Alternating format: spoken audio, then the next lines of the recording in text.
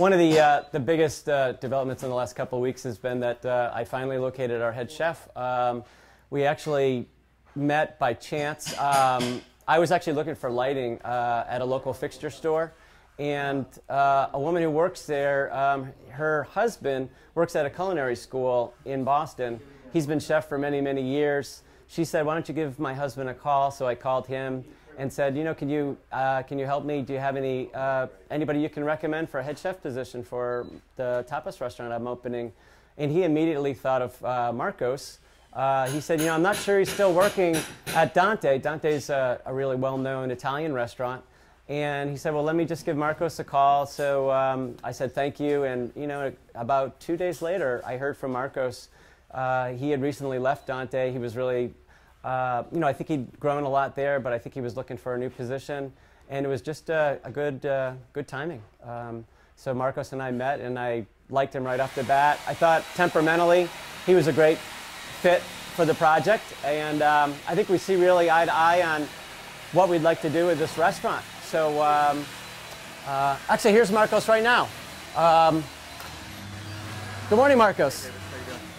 This is Marcos Sanchez from previously worked at Dante Restaurant. Yeah, that's right. So I'm really happy to have you on board this project. Good, good. I'm happy to be here. It's going to be a fun project. I'm looking forward to getting in the kitchen and getting the restaurant rolling. I'm looking forward to hearing sounds, kitchen sounds, like pots clanging rather than drills. That's going to be a nice change of pace. Yeah, it'll be good. My name is Marcos Sanchez. I will be the chef at Gatos here in Jamaica Plain. And as far as my experience goes, I went to culinary school in 2003. I graduated and started working in catering privately. After that, I jumped around from kitchen to kitchen, doing small projects and stuff like that. At one point in, I believe, 2005 or 2006, I started working at Restaurant Dante in Cambridge, Massachusetts. And I was there for almost 4 years. Worked my way up and became the sous chef there. I recently quit that job and started looking for new experiences, and that's sort of how I ended up here. So what's your experience with Spanish food? I have actually more experience with Italian food. In a lot of ways, they're very similar. I definitely like Spanish food very much, and I read a lot about it, and definitely like to cook this style, small plate style tapas. What are some of your favorite dishes, and what are you going to bring to this restaurant? Picking some of my favorite dishes, that's actually a really hard question. I like lots of food. I like simple food, nothing too fussy, with really good ingredients and strong flavors.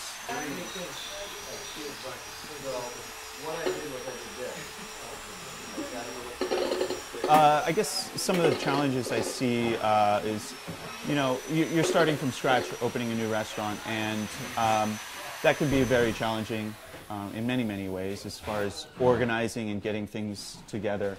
Timing is a huge issue as well. You know, I guess that's what we work with the most. I've run kitchens before for many years. However, I've never started one from scratch, so I guess that would be new for me. I haven't met the staff at all. I've just met David and a few of the other people working on the design and construction of the restaurant. I think for this style of restaurant, we can easily get 3-4 people in a kitchen at a rotating, you know, time, and I think that would be sufficient enough for the size of the restaurant. Coming into a semi-built kitchen, I think that I will definitely lend my influence and my cooking style into the kitchen, and you know, I guess I don't sort of know yet, but I guess as we go, we will get a better sense of how things, once construction finalizes, how things should end up.